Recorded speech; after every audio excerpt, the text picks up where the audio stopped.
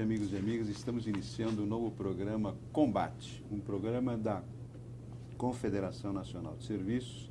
Eu queria aproveitar, como nós estamos iniciando o primeiro programa de 2015, dar as boas-vindas aos nossos telespectadores e desejar um ótimo 2015, com muito sucesso, com muito trabalho e com a esperança que sempre nós temos que ter, todo empreendedor tem que ter, de que as coisas vão se ajustar e crescimento do setor, especialmente do setor de serviço e da economia como um todo. Boa noite. E hoje nós temos a satisfação de ter o Dr. Samuel Pessoa, que é um economista do IBRE, da FGTS. Samuel, muito obrigado pela sua presença e você vai dar nossa primeira entrevista de 2015, que eu acho que vai ser muito interessante, colocando as suas posições, a sua visão, inclusive, de quais são as perspectivas na economia brasileira, o que você acha em relação ao crescimento do PIB nosso, da empregabilidade, e como você vê, quais seriam as principais dificuldades que hoje o novo governo estaria levantando. Bom, boa noite, obrigado pelo convite. Nós sabemos que houve uma mudança na equipe econômica, né? Uma mudança profunda com a ida do Joaquim Levy no Ministério da Fazenda. Minha avaliação é que a ida do Joaquim Levy é um reconhecimento da presidente, eu acho que não só da presidente, de todo o grupo político que apoia o governo, dos políticos ligados ao Partido dos Trabalhadores, que um certo ensaio de política econômica que foi feito entre 2009 e 2014, ele não funcionou. E que a gente teria que voltar, seria bom para o país que nós voltássemos a um regime de política econômica que vigorou tanto no governo FHC como no primeiro Lula, na verdade até meados do segundo Lula, até 2008. Que é um regime um pouco mais liberal no relacionamento do Estado com o setor produtivo, exatamente para que haja mais espaço no Estado para que ele atenda as demandas sociais. E me parece que eu acho que o Joaquim Levy vai ser bem sucedido. Então eu vejo em 2016 a economia já crescendo melhor. Eu não sou dos mais pessimistas para esse ano, por quê? Porque a gente está começando a arrumar casa. Mas eu acho que esse ano o crescimento vai ser muito baixo, alguma coisa, o número que nós temos no IBRE é um crescimento na casa de 0,5%. Evidentemente, essas contas todas a gente sabe, tem um erro de avaliação. Na última hora tem um último. Pode ser mais, pode ser menos, mas o número que a gente tem é esse. O ano passado também nós não temos ainda o dado fechado, mas deve ser um crescimento um pouco abaixo desse meio, alguma coisa próximo de 0,1. Então já tem alguma melhora. Acho que a melhora mais apreciável vai ser na política fiscal. A política fiscal é duro, dói para todo mundo, porque significa aumentar imposto, reduzir gasto público. Então, onde tem que ser feito esses ajustes na política fiscal? Como é que você acha que o novo ministro vai usar os recursos, a receita e as despesas para fazer esse ajuste?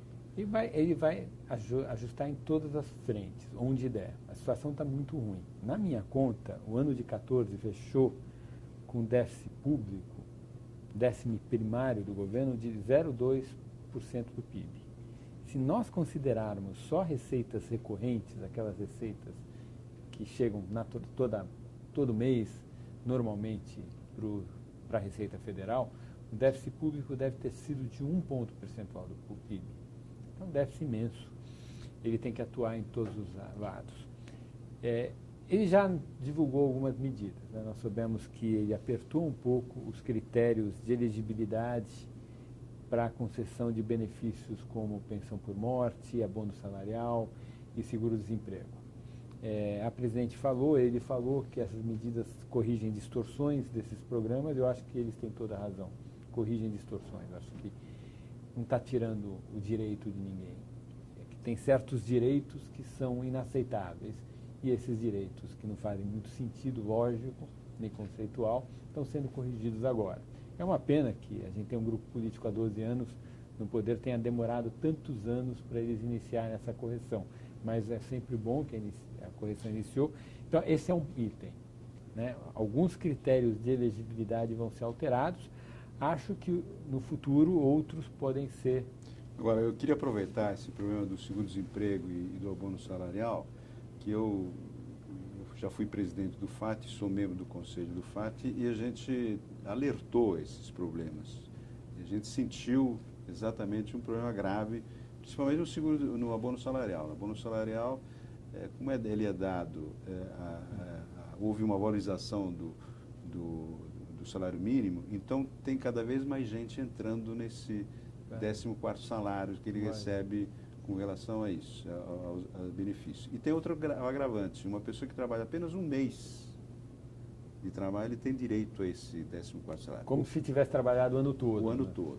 Isso é absurdo. Isso foi corrigido. Foi corrigido uma boa agora, notícia. exatamente. E nós temos uma proposta que eu te apresentei, exatamente falando sobre esses assuntos. Nós apresentamos isso para o governo anterior, né? Não é que estou apresentando agora. Já apresentamos no governo anterior alternativas para modificar isso, ampliar esse prazo de permanência da pessoa no emprego para poder receber o seguro-desemprego, o abono salarial, e inclusive diminuir, em vez de 2 salários mínimos, para 1,5 salário mínimo, o benefício para poder receber esse benefício. E que no seguro-desemprego também a gente fizemos uma proposta para diminuir a rotatividade, inclusive ligada um pouco ao FGTS. Quer dizer, você diminuiria o saque, você acabaria com o saque na demissão e você permitiria um saque apenas uma vez por ano, 50% do valor depositado na conta da empresa, né? Com isso, você diminuiria a pressão do funcionário pedir demissão para poder levantar o FGTS. E nesse estudo que a gente apresentou, a gente vê que haveria um aumento da poupança do FGTS e diminuir os gastos do seguro-desemprego. Como é que você vê essas alternativas aí? Eu acho que ele está indo para o caminho certo, então, Levi. Eu acho que ele está indo para o caminho certo. Me parece, quando a gente conversa com qualquer economista que trabalha especificamente com a área de economia do trabalho, acho que é consensual que um dos grandes problemas que a gente tem na economia brasileira, não é o grande problema, porque não existe o grande problema, a economia brasileira é muito complexa e, portanto, tem inúmeros problemas e inúmeras direções que a gente pode caminhar para fazer com que ela funcione de forma mais eficiente e gere mais crescimento econômico com equidade. Mas uma área que é problemática é elevada a rotatividade da mão de obra. E eu acho que a forma como o FGTS é estruturado estimula essa rotatividade, por 2 motivos. Primeiro, porque o fato gerador do saque é a demissão. Esse é um primeiro motivo, que estimula o trabalhador a pedir a demissão, a forçar a demissão. O segundo motivo é que quando o trabalhador não saca, ele rende uma taxa de retorno muito abaixo de qualquer taxa de juros de mercado. Ou seja, o trabalhador é penalizado por manter a sua poupança lá. Então, mesmo que ele não queira ficar com o dinheiro, não queira gastar o dinheiro, mesmo que ele não queira usar o dinheiro para comprar bens, ele é estimulado a forçar a demissão para levantar o dinheiro, para botar aquele dinheiro, colocar aquele dinheiro numa aplicação mais rentável. Então, eu acho que desvincular o acesso aos fundos da demissão e mudar o indexador para que aquela pessoa que deixa o dinheiro lá parado tenha uma remuneração mais justa, eu acho que vai ter um resultado positivo sobre a rotatividade. E a gente sabe que ao fazer essa alteração, o governo vai perder uma fonte de poupança forçada, porque esse custo do trabalhador de deixar o dinheiro parado a uma taxa de juros menor é uma poupança que o governo se apropria de alguma forma, mas, por outro lado, ao reduzir a rotatividade, o governo vai gastar menos dinheiro com seguro-desemprego. Então, perde por um lado, ganha por outro, a eficiência todo mundo ganha. Então, me parece que é quase que um jogo de ganha-ganha. E, portanto, a gente deveria caminhar em alguma direção, nessa direção. Precisa ver os detalhes e tal, mas me parece que, em princípio, desvincular o saque do fundo de garantia da demissão e mudar o indexador para que a taxa de retorno de juros daqueles fundos no fundo de garantia seja mais próxima da realidade do mercado, me parece muito benéfica para a eficiência da economia e talvez não seja tão ruim para o caixa do governo. E melhoria para o trabalhador, porque o fundo de garantia, no fundo... Ah, claro. não é do governo. Não, É com o único certeza. fundo privado, 100% privado, e que não são cotas, é um dinheiro do trabalhador que é depositado pelo empregador e que vai na conta específica dele. Então, ele é dono daquele dinheiro. Exatamente. Então, ele não pode ser penalizado por uma Hoje taxa de remuneração menor e ainda mais não poder sacar uma coisa que é dele de uma forma mais eficiente. Não, com certeza o desenho do Fundo de Garantia, e principalmente, se a gente lembrar na história, né, o Fundo de Garantia foi criado lá, acho que em 67 ou 65. Para substituir a estabilidade. Para substituir a estabilidade depois de 10 anos do trabalho. Né? A estabilidade depois de 10 anos do trabalho está gerando muito problema, né? Porque nenhum empregador ficava com o trabalhador mais do que 9 anos. Chegava 9 anos e demitia. Demitia para depois demitir. E aí gerava depois uma rotatividade muito ruim. Então o Fundo de Garantia era para garantir, para impedir isso. Isso, exatamente. Ora, depois... E se não demitisse, só para completar, se não demitisse, o funcionário praticamente ficava dono da empresa, porque Exatamente. você não conseguia Você demitir mais. Nunca mais, ele era sócio da Tinha que ter empresa. 10 vezes o salário dele do ano para poder demitir, para poder conseguir. Então, me parece que, e, portanto, principalmente depois que a gente criou o seguro-desemprego, a função do Fundo de Garantia como seguro-desemprego perdeu um pouco. Então, hoje eu vejo a Fundo de Garantia como para poupança de longo prazo do trabalhador. Seguro-desemprego, a gente tem o seguro-desemprego para essa finalidade. Então, acho que, de fato, alterações nessa linha seriam eficazes para aumentar a eficiência da economia e seria benéfica para o trabalhador. Agora, aproveitando também esse aspecto, como é que você vê, hoje nós temos várias exonerações feitas pelo governo pontuais, algumas de PIS, COFINS e outras especificamente sobre a folha de pagamento, que é a desoneração da folha de pagamento. Você entende que essa forma que foi usada até agora, ela está correta, você pontual essa desoneração em alguns setores em detrimento de outros, ou você acha que precisaria ser feita uma coisa mais ampla? Eu acho que, primeiro, eu sou contra a desoneração, fui contra a desoneração da folha. Por quê? Porque eu entendo que desonerar é bom, mas desonerar é bom quando a gente tem um tesouro que está com caixa folgada. Um país que o tesouro paga juro real de 6% ao ano, não tem condição de desonerar. Você não pode desonerar o que você não tem. Você está achando desonerar, você está falando não desonerar com o ônus para o governo. Com o ônus para o tesouro. Desonerar com o ônus para o tesouro, que foi feita, essa desoneração da folha custa 0,6, o que acontece? Você desonera para esse ou aquele setor, pode aliviar esse ou aquele setor um pouco, mas a piora fiscal começa a gerar um problema na solvência da dívida pública. O país começa a pagar um risco país maior. A gente chegou, quando a gente estava numa situação fiscal mais confortável, nós chegamos a pagar um prêmio de risco sobre a dívida do governo brasileiro, de 1%. Esse negócio já está quase 2%. Qualquer empresa brasileira que vai acessar o mercado de crédito internacional para se financiar, já está pagando o custo da nossa irresponsabilidade fiscal dos últimos anos. O governo nós passamos a ter o risco de perder o grau de investimento. Ou seja, você desonerou, mas ganha desestabilizou o governo. Desestabilizou a economia como um todo. Ora, eu costumo dizer que pior do que o imposto é uma política fiscal que é vista por todo mundo como não sustentável. Imposto é ruim, mas a gente tem que ter receita para fazer frente às obrigações que o próprio Congresso Nacional colocou em cima do Tesouro Nacional. Tem que pagar aposentadoria, Bolsa Família, auxílio-doença, tem que ter sistema de justiça, etc. A gente sabe quais são as obrigações do Estado brasileiro. Ora, você tem um imposto, tem problemas, mas é um custo que o empresário sabe quanto é, ele consegue se planejar e põe no preço dele.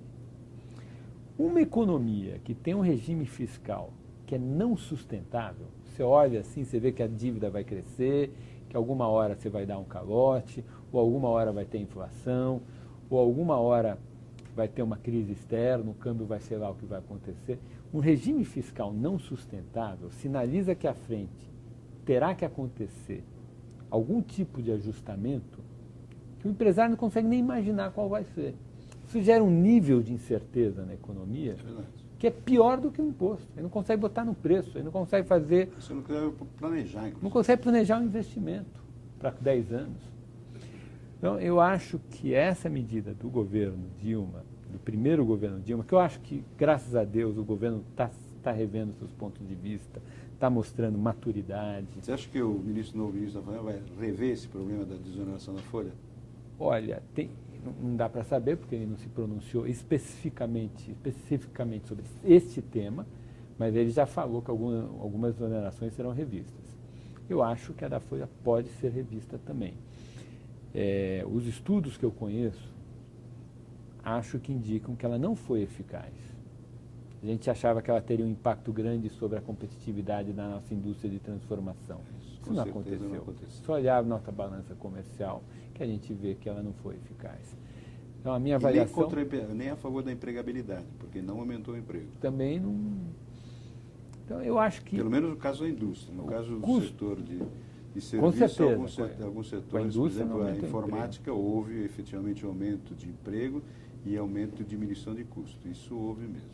Mas, então, eu acho assim que a medida da desoneração, ela é ruim per se, porque o Tesouro Brasileiro hoje não está em condições de desonerar. Se desonera, você cria problemas que são maiores ainda para o próprio setor produtivo. Aí tem a outra questão. Então, não vamos desonerar, vamos trocar de bases de tributação. Então, tira da folha, você vai colocar no quê? Você pode colocar ou no faturamento, você pode colocar no valor adicionado, aumentando a alíquota da PIS e da COFINS, pode recriar a CPMF, há várias possibilidades sobre a mesa. Eu acho que voltar para o que era, não acho ruim. Volta para o trabalho. Porque esse é um imposto que tem uma certa... o sinal está mais ou menos correto. É sobre o trabalho e a contrapartida do imposto é uma aposentadoria que a pessoa vai ganhar lá na frente. Agora, a gente sabe que tem problemas. É uma carga muito alta sobre o trabalho, desestimula... É uma das mais altas, nossas. É uma das mais altas, estimula a oferta de trabalho e estimula uma certa elisão fiscal, que é esse excesso de pessoa física uniprofissional, né? Que se gera um estímulo à PJ excessiva e você muda a relação de trabalho. As pessoas, principalmente para os altos salários, fica salgado demais, a empresa prefere que a pessoa constitua uma empresa, contrata como PJ. Então, se você tivesse outra base tributária, você melhoraria esse problema. Eu vou fazer uma provocação aqui, inclusive a gente já fez no outro governo. Nós, há mais de 16 anos, que a gente vem debatendo sobre a desoneração da folha de pagamento e nós fizemos um estudo, inclusive foi feito pelo grupo da Getúlio Vargas, fazer uma substituição dos 20% do INSS sobre uma movimentação financeira, uma CPMF previdenciária específica para a área de previdência, substituição tributária, não seria uma desoneração, seria uma substituição, não haveria aumento e nem diminuição, mas abrangeria toda a economia, todo o setor econômico, inclusive os salários dos empregados, evidentemente, porque na hora que ele for sacar o dinheiro do banco, estaria pagando essa CPMF previdenciária. Esse estudo, até agora ninguém questionou o estudo feito pela Getúlio, e tem várias vantagens, a nosso ver. Nós apresentamos isso para o ministro Mantega na época, ele entendeu que não seria uma boa solução se fosse possibilidade setorial, que ele queria fazer um aspecto setorial, mas CPMF setorial não dá para implementar, ou faz tudo ou não faz nem nada. Então foi criada sobre faturamento, que a gente achou que como você falou agora mesmo, não tinha, o governo não tinha dinheiro para bancar isso, né? E por que só alguns setores seriam beneficiados e outros não, né? Então a pressão dos outros setores também para que conseguisse esse benefício foi grande e evidentemente o governo não tem como não teria como bancar, isso não tem como bancar. Você entende que uma contribuição à suplementação financeira, hoje, substituindo os 20% do INSS, seria um imposto ruim, um imposto que poderia ser prejudicial à economia? Bom, essa é uma pergunta difícil, mas eu não vou fugir dela, não. Eu acho que tem uma chance não trivial de eventualmente ser melhor trocar a folha pela CPMF. Eu não sei, nunca vi essa conta, não é uma conta fácil de ser feita, mas a gente sabe que a gente está no que os economistas chamam um mundo de second best. Ou seja, a carga tributária no Brasil é muito elevada e todos os impostos, de alguma forma, são distorsivos. A contribuição de 20% sobre a folha, ela desestimula a oferta de trabalho, uma carga muito pesada sobre o salário, e ela estimula a informalidade no mercado de trabalho. E estimula também essas formas de elisão fiscal, trocar pessoa física, contratar pessoa jurídica, que a gente conhece. Então, ela distorce. A CPMF, a gente sabe que é um imposto em cascata, que tem esse efeito cumulativo que é muito ruim também. E ela pode gerar algum tipo de desintermediação financeira. A pessoa fica passando cheque. E hoje é mais difícil, porque hoje até se paga cafezinho com cartão de crédito, né? É mais difícil. Mas, então, você tem distorção de um lado, distorção do outro lado. Qual situação é melhor? Com as distorções do imposto sobre a folha de salário ou com as distorções do imposto sobre o faturamento? Eu não saberia responder, essa é uma conta difícil. Mas eu não ficaria surpreso... Não sobre o faturamento, sobre a movimentação financeira. Desculpe, sobre a movimentação financeira. Eu não ficaria surpreso se a distorção do imposto sobre a movimentação financeira fosse menor do que a distorção do imposto sobre a folha de salários. Na estrutura da economia brasileira, que você tem ainda uma informalidade grande, e se você fizesse a coisa direito, ou seja, nunca colocasse imposto em movimentação financeira que significasse trocas de contas para investimentos. Não. E tentar, de alguma forma, que o imposto não incidisse na atividade de intermediação financeira. Poupança das pessoas financiando o investimento. Que o imposto fosse nas atividades de meios de pagamento. Pagamentos, exato. Aí não ficaria surpreso se esse imposto distorcesse menos do que os 20% sobre a folha de salário. Principalmente dado o grau de informalidade que ainda existe no mercado de trabalho brasileiro. Uma das questões que o trabalhador sempre questionou sobre essa nossa proposta é de que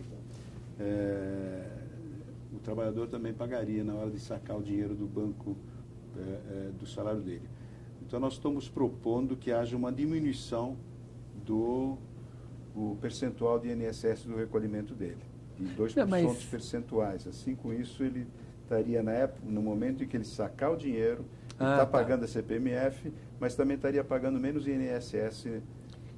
Na sua proposta, você desoneraria só os 20% do empregador. Do empregador. O empregado continuaria pagando os 8%, continuaria, e aí você reduziria um pouco os 8% do empregado para compensar a CPMF. Compensar a CPMF que ele vai pagar. Faz todo sentido. Faz todo sentido. Não, eu acho que pode-se pensar formas. Economista não gosta de CPMF em geral. E eu entendo por que não gosta, porque é um imposto em cascata.